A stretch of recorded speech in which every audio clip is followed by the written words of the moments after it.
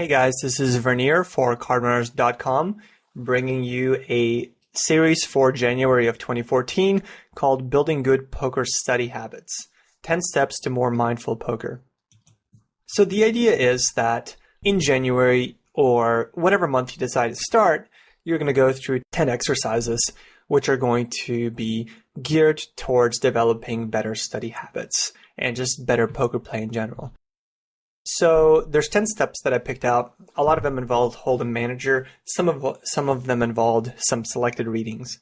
So the first step is to analyze 5 or more big winning hands. Now, for each video, I'm going to go over one of these, and today I'm going to, after I kind of lay some foundation out, I'm going to talk about step 1. Step 2 is to analyze 5 or more big losing hands. So you kind of have complementary hands there. Step 3 is to analyze 5 or more hands where you called a 3-bet in position, to kind of look at how you're playing when you face a 3-bet and you just end up calling. And step 4 is to analyze 5 or more hands where you 3-bet the button opener from the blinds. So you're going to be out of position. So again, 3 and 4 are kind of complementary. And step 5 is to read Skilleroy's 3K milestone post, and I'll post a link to that on becoming a stronger poker player. Skilleroy is a very experienced poker player, and anytime somebody sets out to write a long post and where they think their success comes from, I think it's worth reading. So number 6, analyze 5 or more hands where you played 7s through jacks without initiative. I think that's an area where a lot of people struggle. Step 7, analyze 5 or more hands where you 3-bet ace king out of position. Again, an area where a lot of people struggle. Step 8 is to read the basics in Matthew Janus' application of No Limit Hold'em. I think most people would benefit from having a general understanding of game theory, and the basics are available on Amazon.com, the Kindle preview. So you can go on there and you can check it out, and if it intrigues you, go ahead and buy the full book. But you can just get a preview of it for free on Amazon. Step number 9, analyze 5 or more hands where you played the turn and river heads up out of position in a single race pot with initiative. That's another area where a lot of people struggle with. It's kind of a mouthful to say, but the general idea is playing turns and rivers out of position is difficult for people. In single race pot, because the stack to pot ratio is still kind of low, but it's very much in that gray area. And step 10 is to analyze 5 or more hands where you play the turn and river heads up in position in a single race pot without initiative. It's kind of the flip side of that. It's the flip side of number 9. This time you called pre-flop. It's still heads up and you are in position. So I try to make, except for 6 and 7, I try to make the pairs complementary for you to think about specific hands from a couple different perspectives. So what I think would be good for this is there's a website called lift.do, and I'm not sure what DO stands for, but basically it's a habit-forming website, which allows you to pick things that you're interested in doing. So for example, if you, here is the general outline. I have no goals in this specific one. So you can add a goal, and like a lot of people, let's say your goal is to drink more water. So you hit join, and then this is kind of what your dashboard looks like. And when you end up, like at the end of the day, if you think you drank more water, however you quantify it, you just check in. And then at the end of the week, it shows you, how many times you've checked in for the week. So I set up this specific plan for on Lyft. So when you go to your dashboard, if you go to the bottom here, just type in mindful poker, and you've got 10 steps to more mindful poker in 2014. You can hit join, and here are all the steps, and it kind of set up a website for it. And let's say you complete the first step, you just hit OK, and the next day you can skip that step and you can go on to the next one. So this just gives you some accountability for how you're doing. And I think accountability and accountability and any kind of support is pretty important too.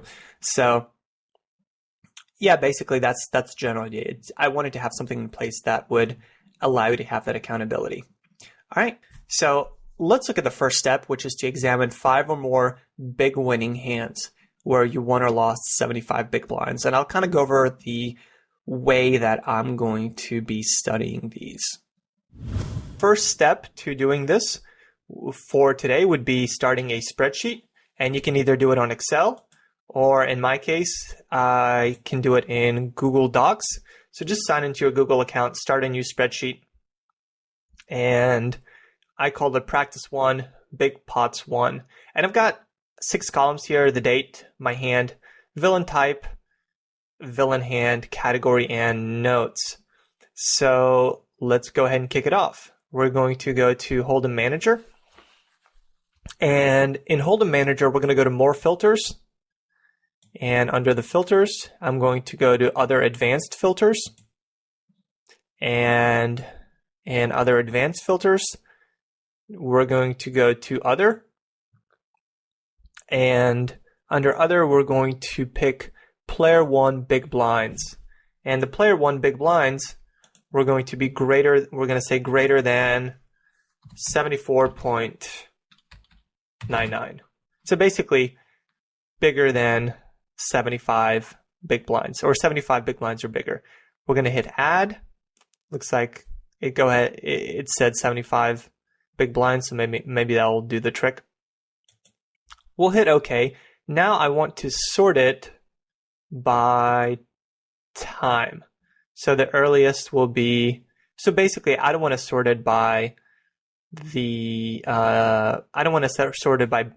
from biggest to smallest. I want to sort it just in order of time. So here's the first one. We're going to examine them one at a time. So let's take a look at this pot, how it develops. There is a raise under the gun, an overcall. I'm sitting on 100 big blinds, and I end up overcalling with 7/8 suited. Kind of loose, but it builds a multi-way pot, and perfect. I flop the nuts. Someone leads this guy. He's playing 22-13, so he ends up leading like $2.18, and I end up raising on the flop pretty substantially. It's a fairly wet flop, so I definitely want to pump the money in here. And then he ends up just pretty much going all in, and I end up calling. So he ends up having middle set. So I would say that's pretty much a cooler, but I definitely like my very big flop size raise. So I didn't quite make it pot, but I almost made it. Pot. So for my analysis, I would say date. I think this was on the 28th. So from the beginning of the year, my hand 7/8 suited, villain hand 9/9, villain type. Let's go to the beginning, pre-flop. So short stacked kind of reg player, I would say. So actually more like medium stacked 22-13. So kind of on the tight passive side. Category, maybe cooler. 7/8 suited versus 9/9 on 6, 9, 10, heart flop. Notes, I like my big flop sized raise. Pre-flop is okay in position. So those are the main things that I want to take away from this hand, is that on the flop I like it. Obviously on the flop I definitely like my raise size. Pre-flop is a little bit on the looser side, but I think it's okay in position, especially if I have this 30-18 player in the blinds here and this other short stacker. So that's another thing that I'll say. I'll go ahead and add to it that pre-flop is okay in position. I'll say with marks in the blinds. All right, good. So that's the first hand. Let's take a look at the next hand. Pocket aces. I raise pre-flop. get squeezed. And I actually don't remember many of these, but I think I like a small 4-bet here, given how deep we are in position. We're not horribly deep, but I don't mind a small 4-bet. I don't mind calling either, hoping that total star shoves. So I end up making a small 4-bet, and the villain ends up calling in position, and the flop is gin. I bet small, and he just ends up shoving, and I end up calling. So my notes here would be, I think it's from the same day, 1/28/2013, my hand ace-ace, villain hand 10-10, villain type 25-15. Let's see if I know anything else. 3-bet, 3.6, so 25-18 type player. Full stacked, 25-18. Nope. It was looser than that. 25-15. Category: villain overplayed 10-10. Notes: pre-flop given full stacks. I like the 4-bet. And maybe I'll say, and small bet on flop to induce action. All right, so I definitely think the villain overplayed the hand here, but that's okay. Let's go on to the next one, pocket queens.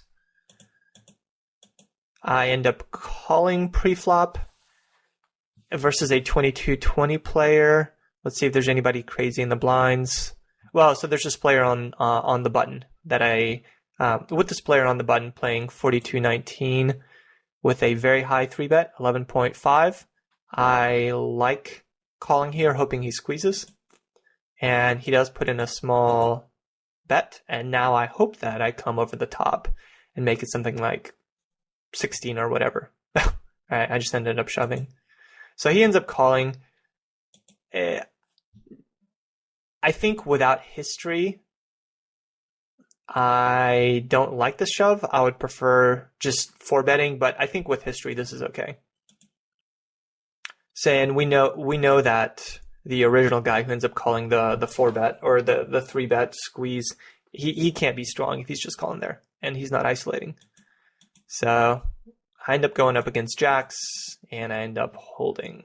All right, so my notes here is that the same day, 1/28/2013, queen, villain hand is jack, and the villain is 42-19. So full stacked, 42-19, aggro monkey. Villain squeezed small with, so I'll just say villain overplay. Villain overplayed jack. Notes: I like calling pre-flop and hoping villain squeezes, as he has been doing. And